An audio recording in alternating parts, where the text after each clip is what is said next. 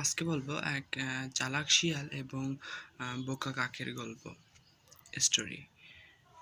English second paper. তো একদিন একটা কৃষকের বাচ্চা মাংস খাচ্ছিল। একটা কাক সেই মাংসটি দেখে তার মুখ থেকে মাংসটি নিয়ে গাছে উড়ে গেল। গাছে উড়ে মাংসটি খাচ্ছিল কাক, এবং গাছের তলা দিয়ে শিয়াল যাচ্ছিল। শিয়াল সেই মাংসটি খেতে খুবই লোভ হলো, এবং শিয়াল ফোন দিয়ে উঠল যে সুন্দর তাকে বলল যে খুবই সুন্দর পাখি কাক, খুবই একটা সুন্দর পাখি। এবং কাক খুবই গর্বিত হলো তার কথা শুনে, এবং আরও শিয়াল বলল যে কাক সুন্দর গান গায়। শিয়ালটি এই কথা বললে কাক আরও অনেক খুশি হলো। কাকটি মনে করলো যে আমার গান শুনে মনে হয় শিয়াল খুবই খুশি হবে।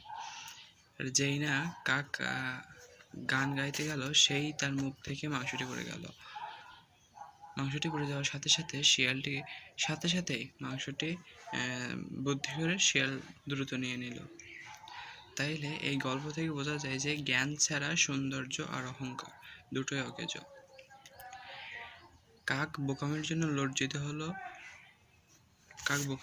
লজ্জিত হলো এবং সে তার খাবার হারিয়েছে। সে প্রতিজ্ঞা করলো যে আর কখনো তোষামোদপূর্ণ কথা বিশ্বাস করবে না। মানে কাক সে প্রতিজ্ঞা করলো যে শিয়ালের বলা যে তোষামোদপূর্ণ কথা, এই কথাগুলো আর কখনো বিশ্বাস করবে না। এই গল্পের মূল প্রতিপাদ্যটি হলো তোষামোদ শুনতে মিষ্টি লাগলেও তার আড়ালে বিপদ লুকিয়ে থাকে। সত্যি নম্র সতর্ক হওয়ার মধ্য প্রজ্ঞা নিহিত। তো এই ছিল আজকে স্টোরির বাংলা অনুবাদ।